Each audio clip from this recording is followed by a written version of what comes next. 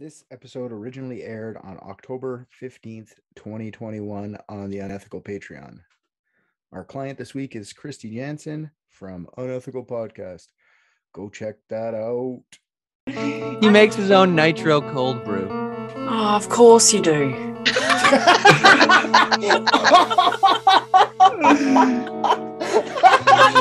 I love you so much, Rick, but Jesus Christ, God, you are such a wanker. Guys. Hey, Christy. How's it going? It's good to see you, pal. What'd you kick in the door for? Where's the receptionist? Where's she out there? What receptionist? You guys don't have a receptionist here? Oh, hey guys. Yeah. Hey guys, I'm sorry. She went right by me. Oh. Hi.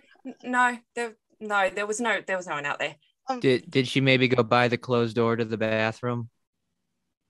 I was No. I didn't see another door. I saw the one door and I headed straight for the one door because I knew you guys would be behind. Well, it's you know what, Christy, it's good.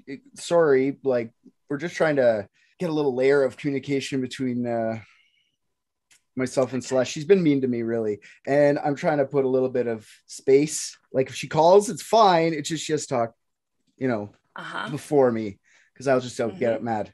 That's all. Right. Okay, so you're trying to. But you don't need it. You don't need an appointment. It's fine that you blew in. Let's do it. How's it going? I'm okay. Obviously, you guys know I'm from Australia. Oh. And we have this very huge case that happened down here like 40 years ago now, but it's solved, but it's not really solved. It's one of those cases where they've kind of put a Band-Aid over it and gone, okay, this is what we reckon has happened and let's go on our merry way. But yeah, like OJ. Yeah, pretty much. Every Australian around my age and the generations before me, I'm not telling you how old I am. You guys can figure it out. She's 40. Wow, you're a fuck. Gave away a woman's age. Anyway, yes, I am. I turned 41 this year. So see, I was being nice. And I'm actually the person, the child in this story would have been the same age as me. She was born the same year. Oh no. So every Australian has their own take on this story and their own version of what they think has happened, but the courts ruled that it went a certain way. But yeah, we all have our own story of what we think actually happened and who and where and when. So, but I want you guys to find out what the actual truth is, because I'm sure you'll be able to. Did the baby become you? Did we solve it before it was even told to us what it was? And I'm taking part credit on that because I thought that. Well, I can fill you guys in on the story and give you some of the background facts and stuff, and then you can work out for yourself. Well, I've been making a lot of rash decisions lately, and these guys, I'm getting their opinion. Like, what do you think, Rick? Christy, come on. You're not going to say no to that, right? I'm going to volley it over to RJ. He's so mad at you for calling him a wanker. It's because he knows I'm right. Are we suggesting we go into this one blind? I've never heard of anything about this. So Christy, come in and give us the deets and then we'll solve it like that. Let's try that. I'm down. All right. I can do that. I know a fair bit about it.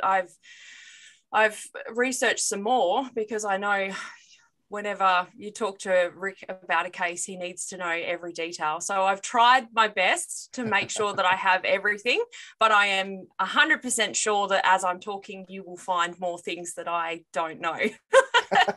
So, an elite team of private detectives. What if balloons are aliens? Maybe that's the key component we're missing. Cover-ups. John's guilty. Mysteries that need to be solved. Maybe Mormons need mountains. Richard, shut up.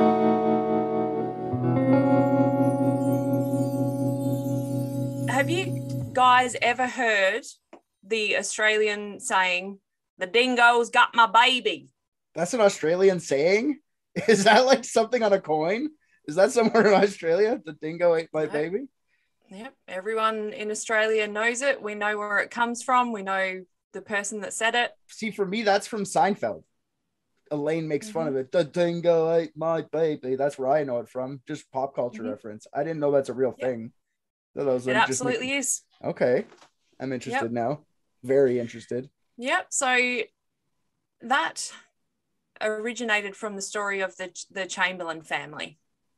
They went on a family holiday to Uluru, which was originally called Ayers Rock. So you guys probably seen pictures and heard of Ayers Rock, but it's now called Uluru. They went on a family holiday there on the 16th of August in 1980. Michael and his wife Lindy and their two sons, Aidan, who was 7, and Reagan, 4, and 9-week-old baby Azaria. They were camping at the rock with some family friends. So like I said before I go on too far with the story, I'll tell you a little bit more about Uluru because Rick will want to know all the details. Okay, Uluru. Okay, sorry, I got a question about this. Uluru is the like you said, we would all know that place. Yeah, so Ayers Rock is one of the most famous landmarks in Australia. It's basically dead center in the middle of Australia, and it is literally the only thing I think about when I think about Australia, like in tourism or whatever, is like dudes with surfboards and 6-packs on beaches. The main things that that are always shown in every Australian tourism video is always the Sydney Opera House. I got that one. The camels on the beach in Broome in the sunset, and Ayers Rock. Everything that's shown of Australia, and maybe like a really beautiful beach in Queensland, because Queensland doesn't really have much to offer except for beaches and bananas. So okay. Okay, good. Thank you, Rick. Rick sent it to me. See, look, Research Rick, call him Research Rick R. Told ya. He's fucking sending me pictures on the sly like that. This is great. Yeah. I tried to share it with everybody, but you disabled sharing, so I couldn't. No, I can fix that. Why the name change? So it was originally named Ayers Rock after the explorer that found it. It is a large sandstone rock formation in the southern part of the Northern Territory, so the bottom of the Northern Territory in Australia. It's 348 metres high, 3.6 kilometres long, and 1.9 kilometres wide. And it would take about 3.5 hours to walk around the entire rock. That implies that I would do that. Yeah. I read that and I was like, nah. Yeah. I'll just look at it. In a picture. In a picture from Perth. From my bed in my phone. Yeah. It's about 300 kilometers southwest of Alice Springs, which is the third largest town in Northern Territory after Darwin's the capital of Northern Territory. And then there's Catherine and Alice Springs. So Uluru is sacred to I'm going to get this wrong and I'm really sorry, but the Pitjantjatjara, the Aboriginal people of the area. Pitjantjatjara. Yeah, Pitjantjatjara. Pitjantjatjara. I'll offend them more than you, and then you don't have to feel bad. Pitjantjatjara. It's got like 4 J's in it and some P's and T's, and there's a lot of letters happening. So Pitjantjatjara. I think that's pretty good. So that's the Aboriginal people that are from that area, and it's the name was changed back to the original Aboriginal word Uluru, which means large rock in Aboriginal. That answers it. It's very Australian. Yeah, well, that's what we do. We look at something and we name what we see. Yeah. That's a big fucking rock. Yeah, nice. That's good. So it's surrounded by springs, waterholes, rock caves, and lots of ancient Aboriginal artifacts and paintings, which are all have been heritage listed. So it's a World Heritage Site now. The Uluru Katajutu National Park also features the Olgas, which is another really awesome rock formation. It's kind of like our Stonehenge, but not as cool. There's like different formations in like sizes and stuff. So, and they're called the Aboriginal word for those are Katajutu. So that's why the park is called the Uluru Katajutu National Park now. So it's one of the most recognisable landmarks in Australia and has been a popular destination for tourists since the 30s. And it is also one of the most important Indigenous sites in Australia. Very, very spiritual for them. So the spirituality of this place or the religion side of it makes it kind of like you're building up something spooky. I don't like that. You're scaring me a little bit here. Yeah, I think it would be quite a foreboding place actually to be at nighttime and like with no no artificial light and stuff around you. I think it would be pretty intense place to be. It's cool. Yeah, I think the dingo eating babies. Baby eating dingoes would more lend to this terrifying. I ain't scared of no dingo. I ain't scared of no I'm scared of a baby that can eat a dingo. Yeah, me too, actually. That would be scary. Shit. Yeah. Wouldn't want that coming out of me. Anyway. Crawls really fast. So I hope that was enough information on those. I'm sure if it's not, you'll find your own, Rick. No, I think I got it. No, yeah, because he's always on like 6 steps ahead. Because the questions he asks, you're not going to expect to be like, at 9 weeks old, did the baby have incisor teeth? That's important because if it did, basically what would happen, and then just in a completely different train. I already have it solved. What did you say? I already have it solved. I'll just let you finish. I was like, okay. I wasn't expecting anything less, so. But no, that's plenty of information for me. Thank you. Okay, cool. If my opinion matters, isn't that? Of course it does. No, but I mean, Ricky, he has a higher standard. So what I'm like, man, you know what I mean? Like if you're gonna follow his, mine doesn't really matter. On the day after, so the 17th of August, the family investigated the area and climbed the rock, which you're no longer allowed to do. They have stopped tourists from climbing up it because obviously being sandstone, it starts to crumble away quite easily and tourists were completely screwing it up. So after a day of exploring, family and their friends cooked their dinner in the park's barbecue area and several hours chatting with other families holiday. At around 6:30 p.m., Lindy settled Reagan, the 4-year-old, and Azaria, the baby, to sleep in the tent and returned to the rest of the family back at the barbecue area. So it was around 25 meters away from the barbecue area. Is this legitimately like Australian Madeleine McCann right now? Just it's like at a barbecue pit instead of like a tapas bar, like you're just leaving your kids far away. Some parents are dumb. Like, why would you do that? I think a lot of parents are dumb. Yeah. You could obviously still see it from the barbecue area. Okay, so it's not as bad as Madeleine McCann then. They're like only 25 meters away, which is actually a lot closer. Okay, yeah, now I'm back on board.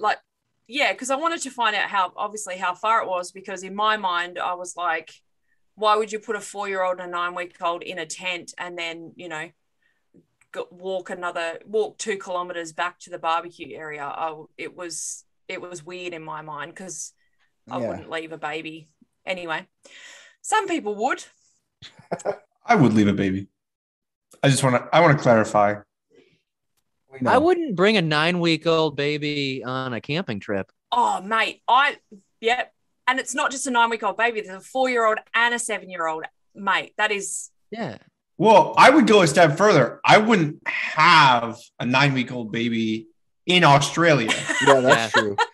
Because Australia is a dangerous fucking place. Oh, I thought you were going to say. Oh, you thought I was about to just shit on kids. No, kids are great.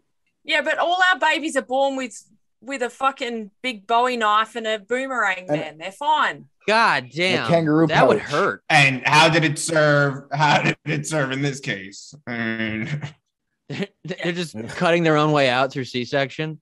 It's time to get out. Okay, so around 8 p.m., one of the other women heard what she believed to be a baby crying.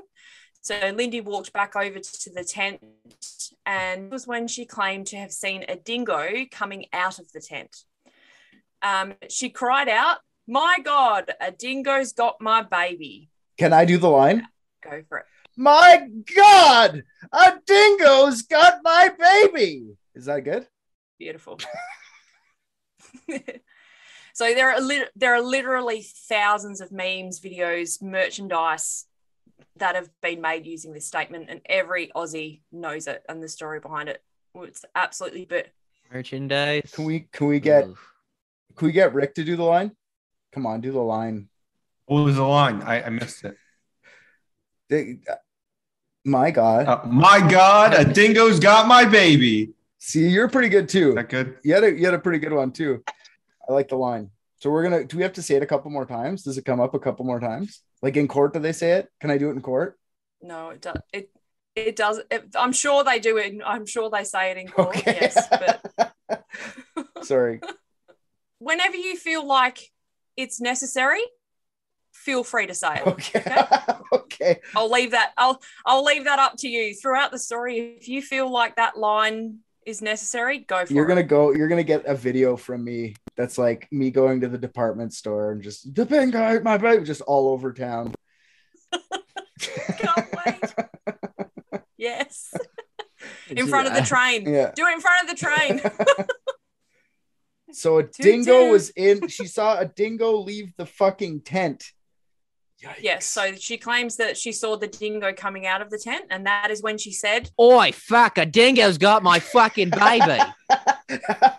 He made it more Australian. He made it more Australian by throwing you should have said cunt at the end. That would have been that cunt dingo. Beautiful. There you go. That's how she should have said it. So now Lindy, and she initially ran in the direction of the dingo, then returned to check the tent, finding that Azaria was missing, but Reagan, the 4-year-old, he was still asleep. There was blood on the floor of the tent, as well as in the baby bassinet, on the mattresses, and on the entrance door, entrance flap of the tent. Her husband, Michael, and their family friend began immediately searching the surrounding sand dunes. I'm just thinking if the baby did get eaten by a dingo, like, that's a fucking bad way to die. Just getting mauled by an animal. Oh. Mm-hmm. Yeah, let's linger in that moment for no reason. Oh. I know. Let's just think about that a little bit more, shall we? No. Just the crunching.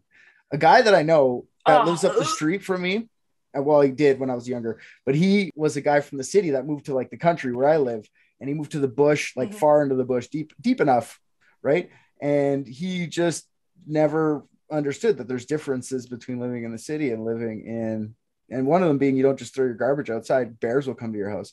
So he'd throw garbage outside his house, and a bear at night fucking broke right into his fucking house, cornered him. He started running, the bear fucking attacked him, got right on top of him. He said the bear was biting his head, and he could feel the scraping of the bear scraping his head. And if some other lady was driving and she was going fishing down the road and she saw the bear and she like scared him up, but he was like, I was alive the whole, like I saw it, I felt it, I remember it. Yeah, he lost his hand. He fucking the bear fucked him up. Oh fuck. Yeah. That's predators. That's usually their go-to for humans is they go for your face. Like so a bear will bite your head. Dogs do it too. Yeah. If it did take her, it would have just. She was only 9 weeks old. Yeah, I know for sure. Yeah, it's very tender. Yes. Yeah. Prime. You're welcome for sharing that story with you. Now you can all remember it the way I do. Yeah. I can hear it, and I can feel it. I can, like, my head's itchy now. I'm like, oh, I can feel it. Yeah. Okay. So around 20 minutes later, Derek Roth, the ranger in charge at the time, and police officer Constable Morris arrived at the scene. A search party was quickly assembled, and they searched the area all around the camp until around 3 a.m. Tracks were found in the sand dunes east of the camp, as well as imprints in the sand that looked like something had been dragged. Constable Morris found similar drag marks behind the rear of the tent. And one of these tracks was followed up into the dunes to the east. An Aboriginal tracker, Nui Minatiri, stated that it looked like a dingo track that had been carrying a load. So a dingo not carrying anything and a dingo carrying something looks different to Aboriginal trackers, which is incredible to me because I wouldn't know the difference. Yeah. Well, couldn't that also just be a light dingo versus a heavy dingo? If it's carrying a child that's less than 10 pounds, what if it's just a differential of a dingo that's 20 versus 10 pounds? You're smarter than that. You ain't never seen a dog walk the way it walks when it's carrying something in its mouth versus how it walks when it's not. They do. They walk different. Do they? Yeah. I don't know. My dog. Maybe my dog's just fucking weird. I'm not smart. I hate that you are assuming that I'm smart. I'm not smarter than that. I hate that you're assuming that I'm smart. Don't worry. I'll prove it to you myself.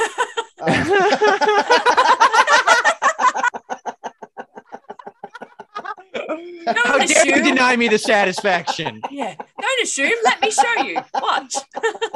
You ever heard of nitro cold brew? That's it. I'm getting the tank. Oh, he's gone. Love you. Bye. I couldn't help myself. All right. So that was on the 17th of August, and there was absolutely nothing found in between then and the 24th of August, when tourist Wally Goodwin found a baby jumpsuit, booties, a nappy, and a singlet. He just found them in the dirt around the campsite. So it wasn't directly in the campsite. It was a fair way away. He'd been walking. So, and as soon as they found these things, rumors began to fly, mostly led by the media. And we'll get into a few of those a little bit later, but we'll start with what happened after that. The first inquest began in February of 1981. Coroner Dennis Barrett found that Azaria had died by a dingo attack and cleared the Chamberlains of any wrongdoing. He felt that some of the police may have been against the idea of a dingo being involved and that their evidence against the Chamberlains didn't stand up. There are a lot of allegations of evidence tampering, including the handling of the clothing. They said that when Wally notified the police that he'd found the articles, he didn't touch them, didn't move them, didn't do anything because obviously he didn't want to disturb the area. But the police officer that came to the area, as soon he picked up the clothing, moved it all around, looked at it and stuff, and then put it back in place and then photographed it instead of photographing it before he touched it. Fucking incredible how stupid they are. Australians or police officers? It's like every cop in every true crime story. I thought you meant Australians, and then I went, oh yeah, he means the police. But I laughed originally because I thought he meant Australians. God damn, really? No. I was not coming for you like that, Chrissy. I know. Never would I think that. I gotta solidify my favorite spot with someone. I don't know. No, but you can't. It's kind of unfair though, RJ. Really, because like we only hear about the ones where the cops do stupid shit, but like most of the time they do normal stuff and they do really good. Like 90% of the time, it's just the shitty ones now. Like it highlights so much shit.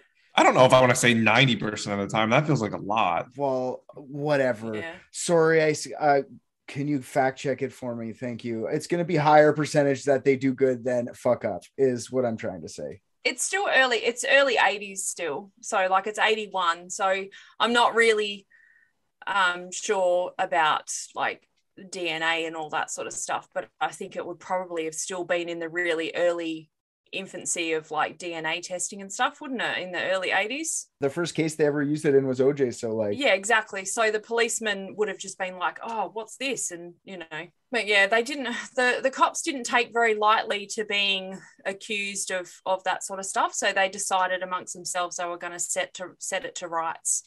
And they adopted a cartoon dingo as their logo and called themselves Operation Ochre after the red dirts. up in the north, as you can see in the picture.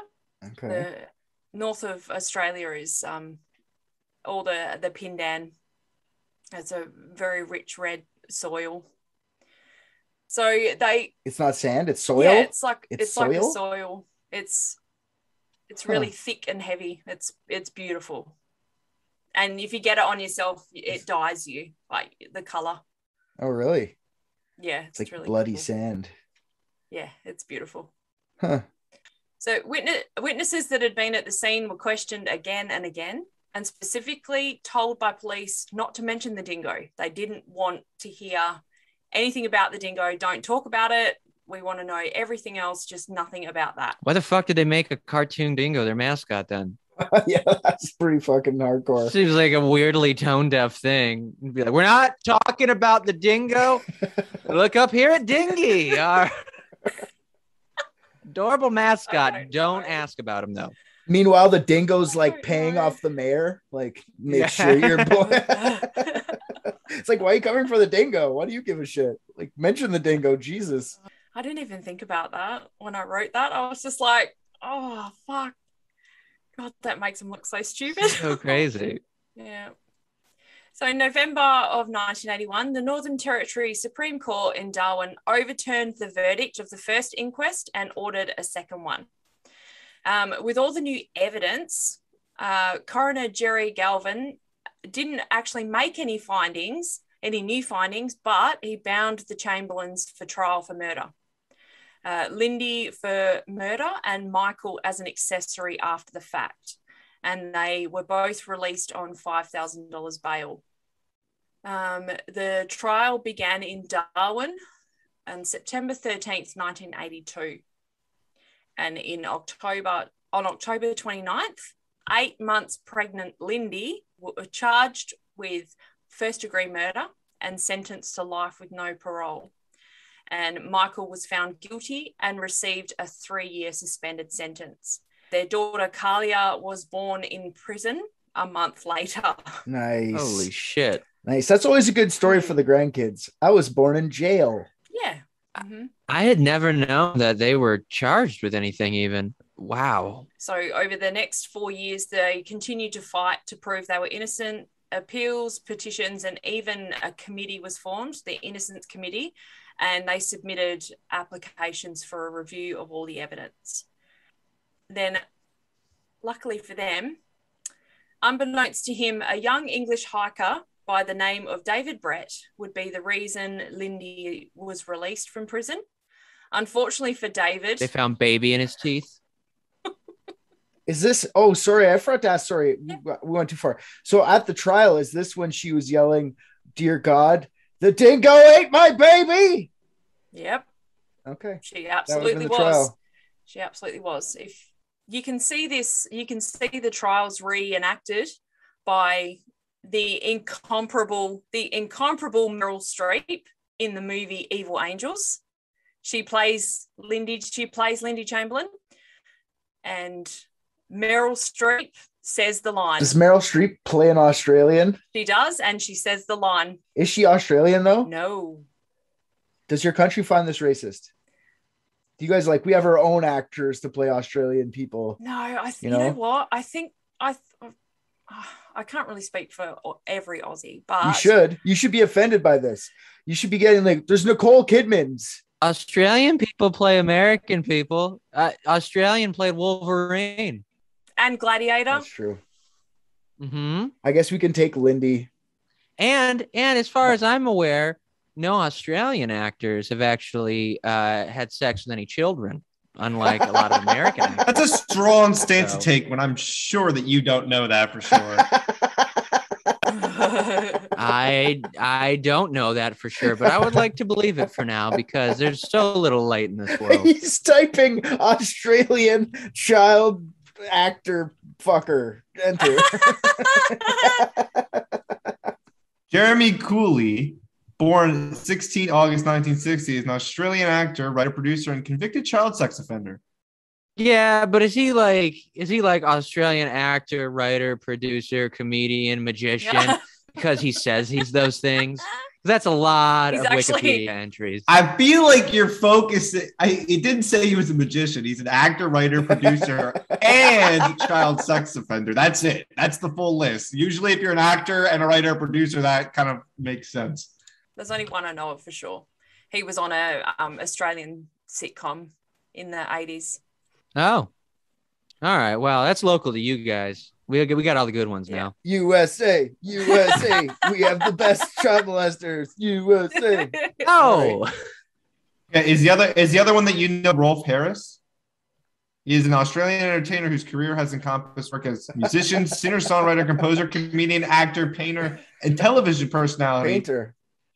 and a slew of child sex. He's the wobble board guy. He was convicted because one of his daughter's friends was intimate with him. Yes.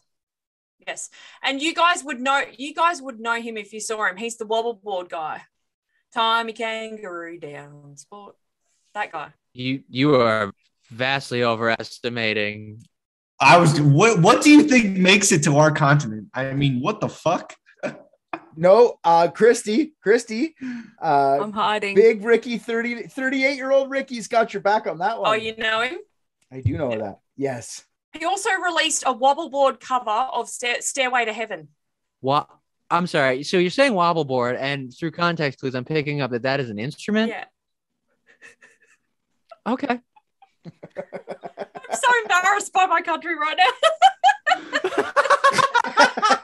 Virtual high five, like, RJ, because that means we're doing our job. yes. If she's embarrassed, we're doing our job. No. Take the W for the wobble board being your country's embarrassment. America has a couple other skeletons that aren't exactly shoved in the closet right now. Listen to it. It's Rolf Harris, Stairway to Heaven. It was on the chart. It's charted in Australia. It charted. God damn. All right. Anyway. Oh, I'm going on with the story because I'm just digging myself a big hole.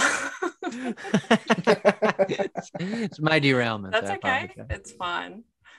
So, yeah, unbeknownst to him, a young English hiker by the name of David Brett was the reason Lindy was released from prison. Unfortunately for David, he slipped and fell from the top of Uluru and died. While police were searching the area for his body, they discovered a little once white baby jacket. And this jacket was had been worn by Azaria on the night that she disappeared. The chief minister ordered Lindy's immediate release, and she departed prison in a beautiful pink dress and big shades, picked up by a stretch limo on February the 7th, 1986. Well, now I think she did it. Most people think that the limo and the dress and the sunnies were provided by one of our big TV stations, because later on down the track, she did a massive expose with that TV channel. So they reckon that they were feeding her money. It's not proven, but anyway, I wouldn't put it past them. Oh, scummy media, of course. Yeah, that's universal. Yeah. So a judicial inquest began after Lindy was released.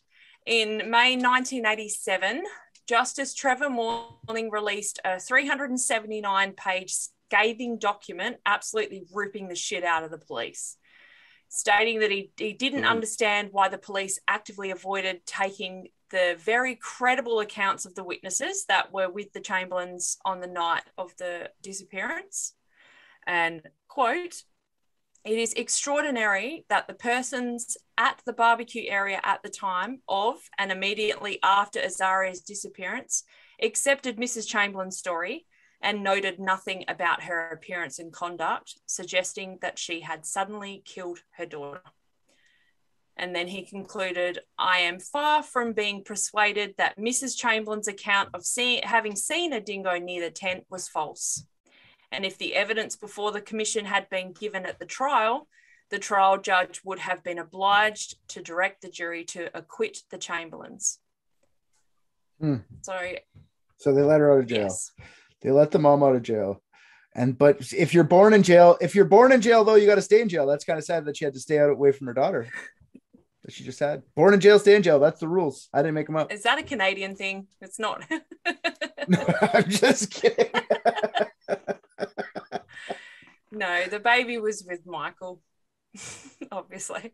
Oh. So in September That of makes the most 1988, the Northern Territory Court of Criminal Appeals unanimously quashed all the convictions against Lindy and Michael. And then over the next couple of years, 1990, Lindy and Michael got divorced and they shared custody of the kids. In 1992, Lindy started touring around Australia and also America doing speaking engagements. And this is where she met her future husband, Rick Creighton. And at the end of 1992, the family received some compensation from the Northern Territory government. No one knows how much it was. But Rick might be able to find out.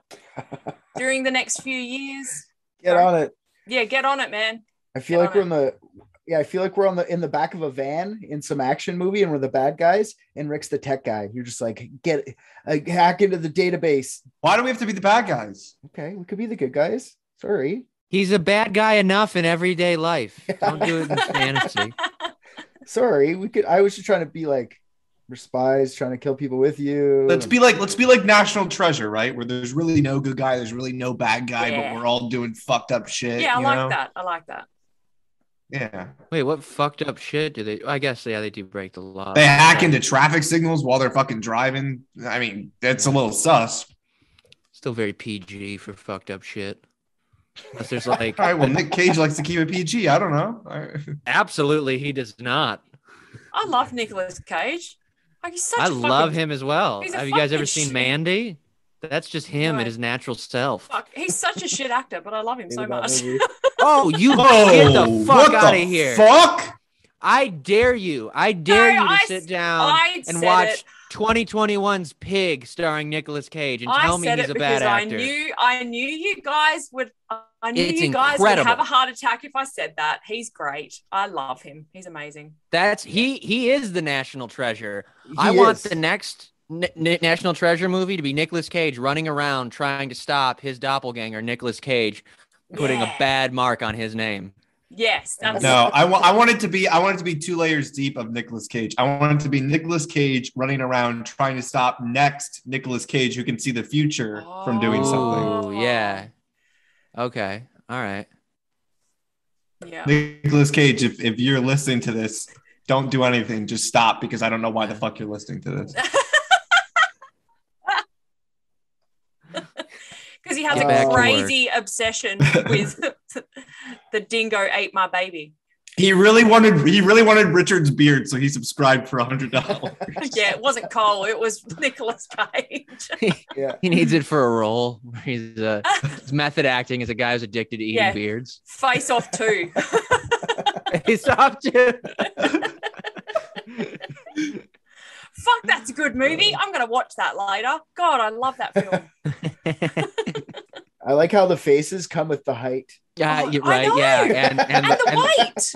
I was saying, and John Travolta's weight. Perfect. Yeah. Just amazing. I'm almost done, guys. Okay. So 20 years later,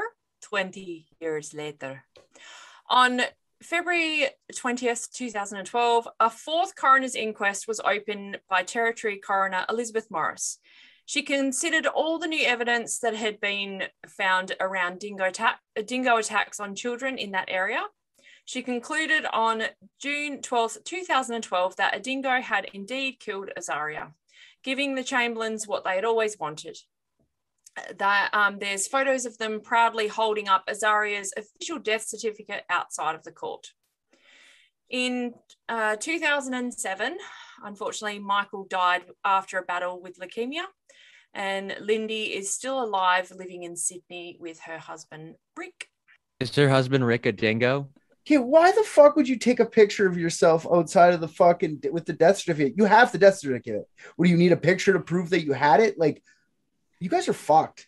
Well, I mean, I'm sure it was changed if the cause of death changed or something, I would imagine. Oh, I guess so. I hadn't, up until 2012, they did not have an official death certificate at all. Oh. So that was the first I see. So right now the theory, they ended it with Dingo actually did eat your baby. Yeah, that's what the court said. But most Australians believe lots of other different theories. So I've written down a few of them. I'll just spew them out for you guys, and then you guys can go from there. So one of their sons accidentally murdered her, and they covered it up, a la John Benet Ramsey. Lindy was suffering from postnatal depression and couldn't cope with after the birth of the new child. And Lindy killed Azaria because the baby was constantly sick from birth, so she felt like she was essentially putting the baby out of her misery. Michael found out that he was not the real father and couldn't stand the baby so much and made it look like an accident. Michael and Lindy were actually Seventh-day Adventists, and they were deep in the Seventh-day Adventist church. Azaria had been possessed by the SDA version of the devil, so they went to Uluru to exorcise the demon, and it went wrong. I like this one. I like this one. They went to Uluru to sacrifice her to God because it's a well-known spiritual place in Australia. And the police apparently found a Bible in their house during the raid with the section in the Old Testament about Abraham sacrificing his son underlined and highlighted. Yeah, but you normally sacrifice the firstborn child. So why would they sacrifice the most recent born? She was the only girl. They had two sons. She was the only daughter. They also liked the other ones more. There's preferences. And the last one is that she was actually killed by the dingo that was the pet of the ranger of the park, and he covered it up to save his dog from being killed. So there was a dingo like paying off the mayor, but it's his buddy. Like, don't send me to the pound. I promise I won't kill any more kids. So my favorite is the sacrifice. They've taken her to the sacred rock in Australia. And okay, wait, can I get this clear? So mom accidentally killed baby. That's one. Yep. The other child accidentally killed other baby. So dad killed baby. That's the third one. Yep. And then the last two are the other two are the religious ones. So they Satan God they were trying to exorcise the demon, and it went wrong, or they sacrificed her to God, and then the dingo, the pet dingo. Well, I'll start. I got a couple things to say. So let's start with the first one. The siblings, I don't think so. I don't think the siblings killed them. It's not I doubt it. I don't think kids have it in them. It would be a super accident. It would be weird. It would be different. I don't think it doesn't feel like that. Maybe it is. No. What do you guys think? It's not the kids for sure. Nah. No, definitely not the kids. Yeah. Mm-mm. And then the mom or dad. I think if anything, it's probably more likely to be an accidental killing by the parents or some sort of weird fucking ritual. I don't know. The problem is if you're going to claim religion to an extreme, you have to find some sort of proof to back that up. Unfortunately, a Bible where something might be marked doesn't really back that up because there could be a fuck ton of markings in a Bible, right? For whatever reason. Yep. So to me, that's not any sort of evidence. That's just thrown out. Yeah, unless you find like the same scripture scribbled into the bathroom mirror and fucking lipstick, then who fucking cares? It's the same, you know what I mean? Like it's not, that's very circumstantial unless it's like very common, like it's at the crime scene and it's all over the place, then okay, maybe your Bible shit makes sense. But okay, so that's where you're at. What do you think, RJ? What do you got? You got something fucking crazy. I can already see it in your crazy little face. Why would you say that? Can't wait. Because Predator came out of your mouth last episode. And how is that anything less than a very tangible and believable theory? It was absolutely Predator. You're right. There's a reason. They've made 5 documentaries about predators. Okay. That's true. I've seen every single one of them. A couple of them I'm dubious about because they had aliens in them, and I don't believe in those. But isn't Predator an alien though? I thought Predator was an alien. Yeah, the title is really fucking stupid. It really should just be Aliens versus Aliens. Or just Yeah. aliens. That too. Yep. Also a very good movie by itself. Is her husband Rick a dingo or not? I mean, that was my original question. Because if he is, case closed. I'm This unsure. was the long con. I'm unsure, and I haven't seen any pictures of him. So if we have a look, we might. Well, be able without to... seeing any pictures, then we have to assume he's a dingo. So at some point, he probably put on a blazer and a mustache. He could be a lichen. Lichen? Yeah. Like, I love werewolves, so hopefully that would be cool. Yeah. A were-dingo? Oh, maybe that's what it was. Yeah, it could be a were-dingo. Maybe there's like this like super scary like Aboriginal spirit that's actually like a were-dingo. And That sounds racist, Chrissy. it's not. I'm not being racist. They've got they have amazing creatures in Aboriginal law, LOR. Yeah, no, American Indians have a lot of our indigenous people they have like Wendigo and skinwalkers and shit. So yeah. It's interesting. We're also divided on this. We're also divided because what do you like? I'm saying honestly, I think it's a fucking dingo. I think a dingo did it. I think it makes the most sense.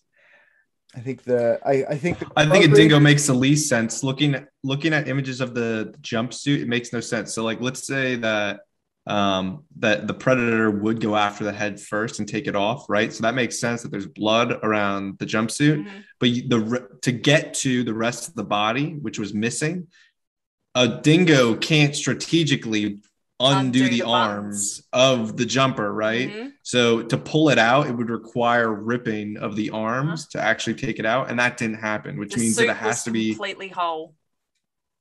Yeah, it has to be some sort of human. The baby was wearing a onesie, and people that have kids know how fucking hard onesies are. There's no way a dingo without opposable thumbs would be able to undo that thing.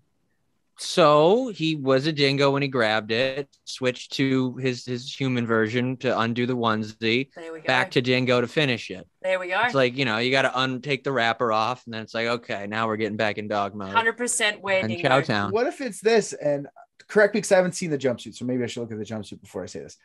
Maybe the dingo grabbed the baby, ran to his master Dan, or whatever the fuck his name is. He went, "You just killed a fucking baby." Took the goddamn baby out of the thing, said, "Well, you might as well eat the rest of that now, dingo boy," or got rid of the fucking whatever, however that happened, and took the thing off and put it up there later on when everyone thought it was somebody else. I can hear the dingo. Can you hear That's the my cat, dingo? Yeah. I can as well, yeah. Smoking man, shut up. But I mean, is that a possibility, or am I just talking shit right now? Is that a possibility that the dingo, like the pet dingo, brought it to his master, the master went, "Oh shit, you fucking little bastard." Okay, speaking as someone who owns a dog with supposed dingo lineage, which is part Australian Shepherd, or cattle dog, Australian cattle dog. If my dog brought me a baby, I would probably not unwrap it for it. I would, especially if I was going to try to cover up what happened. I'm not going to take the time to undress a baby. No, that's not. I mean, maybe this park ranger's different. Maybe he just wasn't sure it was a baby. had to get all the clothes off to figure that one out. But I don't find that seems like a leap. Is there anything else about this guy? Like, is there like a string of lost children around that area at that time? And he's always coming out like at the end of an investigation, like, don't know where they went. You know what I mean? Like, you mean the park ranger or the were-dingo? That they're one and the same. Haven't you figured this out yet? Okay, gotcha. So he was the dingo. But I mean, that all adds up. So that's not there. So it must be one of the parents then. And then that's like, I have a hard time believing fucking parents could do that to their kids. I get it. I do. I understand that it happens, and I understand all that stuff. It's just like to put myself there and figure out, like, I couldn't be that mad. I couldn't be that. Yeah, like, I don't know.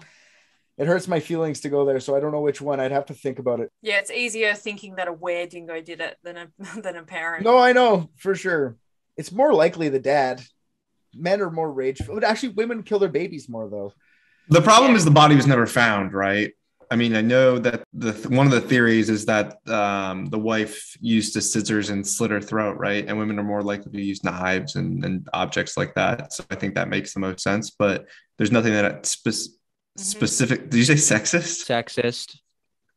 There's nothing that specifically points to it. So I think I'm currently between two camps. It's like either they were like some radical religious and they did something weird, or it was accidental death and they tried to cover it up this way, right? Like I accidentally dropped my baby and now I'm a manic mother and I'm going to just say it was eaten by a dingo, and meanwhile I'm just going to throw her body in the middle of nowhere, and then it does eventually get eaten by a dingo, but that was not the cause of death, right? Yeah. Well, I'm willing to err with you on that, because it is fucking weird to bring a 9-week-old baby camping, man. Mm-hmm. It is. That's so fucking weird. Nobody does that. No. It could be a religious thing too, then, but I like that's so far-fetched to me. Like I feel like that's a movie thing. Come on, babies getting sacrificed. We'd find that out. There's no way you couldn't find that out. Maybe they just have women to breed babies to have sacrifices with. Like, how does that work? There'd be babies missing all the fucking time. I don't. Well, yeah, but a baby has to be registered to be missing. So for all we know, there are a lot of babies that are missing all the time. That's true. That QAnon would say that. Listen, I can't both be the man and QAnon. You got to pick a side, man. QAnon is the man. It's all the same, bro. This is all a simulation. Man. In one reality, QAnon is the man, and in this reality, the man is QAnon. Oh. Since we're so divided though on this whole thing, and is there any like bending towards to help Christy out on this, boys? Like, I know you're going where Dingo, and I know you're going religious or mom, you said? Gets? Yeah, that's what Rick said. I was about to ask Abigail. Abigail has to be the weighing in vote on this thing. She sat there and listened to this whole thing instead of picking up the ringing phone and kicking out the meowing cat. Yeah, fucking Celeste has been calling for hours, and she's. One more thought before we move on, though. What if it's a blend of all of it? Okay, why not a religious sacrifice to a were-dingo committed by the parents? There's that. There's always that. Have we thrown aliens in this yet? Abigail, you gotta be the one to crush this tiebreaker. The whole onesie thing's got me thrown.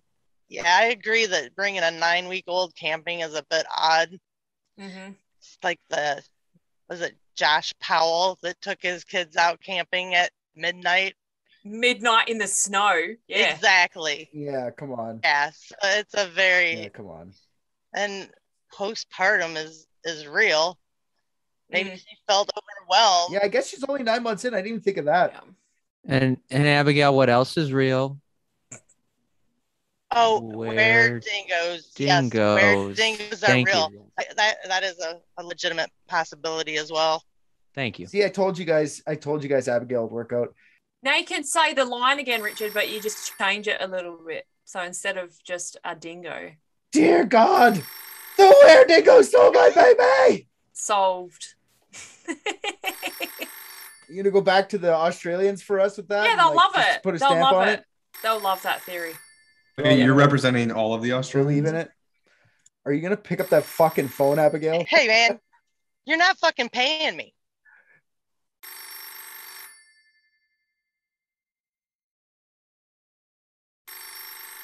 Yeah, you owe us money. We solved that crime for you. God, everyone's so ungrateful for our wicked crime solving skills. I get it when I get it. Okay, well. Told yourself. You only have 9 more weeks of indentured servitude. Then you can go off to your life again. It's not that much. For one more crime. That's not that bad.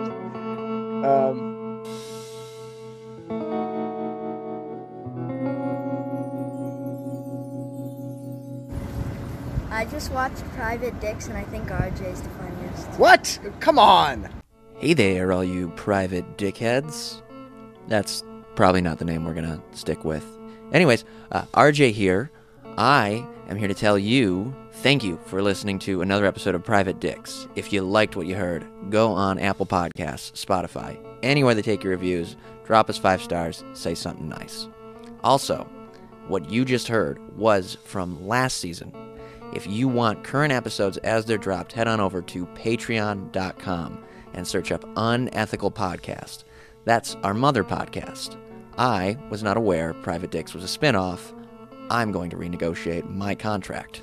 On Patreon is a full 16-episode season, more of Private Dicks, uncut videos of each episode, and many more things are getting added all the time. You can also find all of Unethical's content on there, so go listen to that. And if you're already a patron, fuck yeah, dude. You're the best.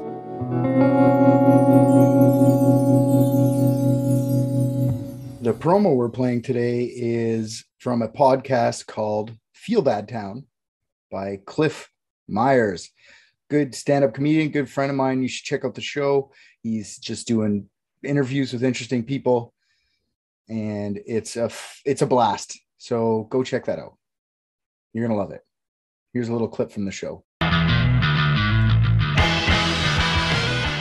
The majority of the pandemic I spent in Las Vegas helping a friend of mine, a comedian friend of mine, Carl LeBeau, who's one of the greatest comedians that ever lived. One of the most powerful comedians. Any comic who ever saw him was like, that's one of the best performances I've ever seen in my life. And he was fighting cancer. So I was spending time with him in Vegas on the last year that he was alive. And I say that it's perfect timing because today is the 1-year anniversary of when he passed. And oh, wow. And Carl had this incredible story, which he went to an open mic in Houston, signed up for an open mic. On the same night that he signs up for his first open mic is the same night that Sam Kinison signs up for his first open mic, is the same night that Bill Hicks signs up for his first open mic. And the three of them sign up for open mic for the first time at the same place. Carl and Sam are the only two guys wearing suits.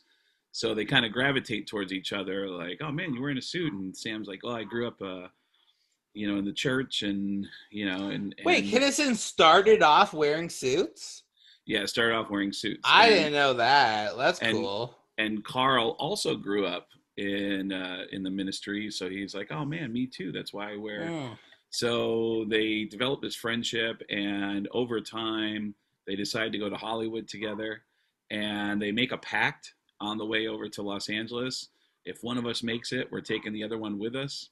And Sam stuck to his word. Sam had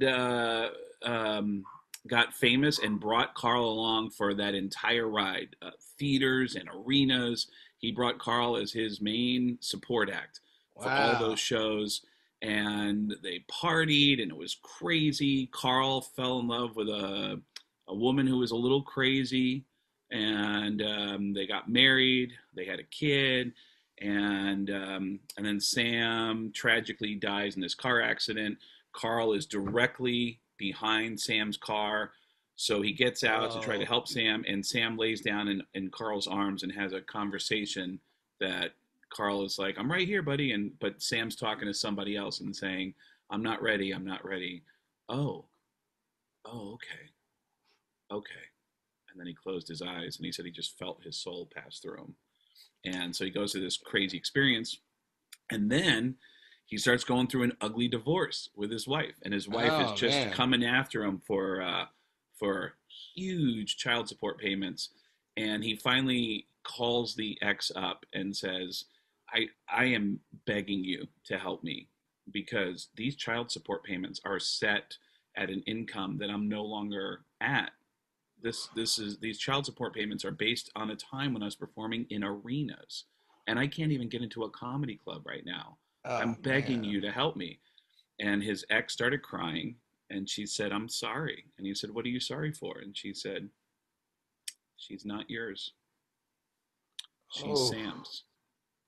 And he finds out a year or two or a couple years after his friend has passed away that his best friend not only was having an affair with his wife, but his best friend had fathered the child that he was raising as his own.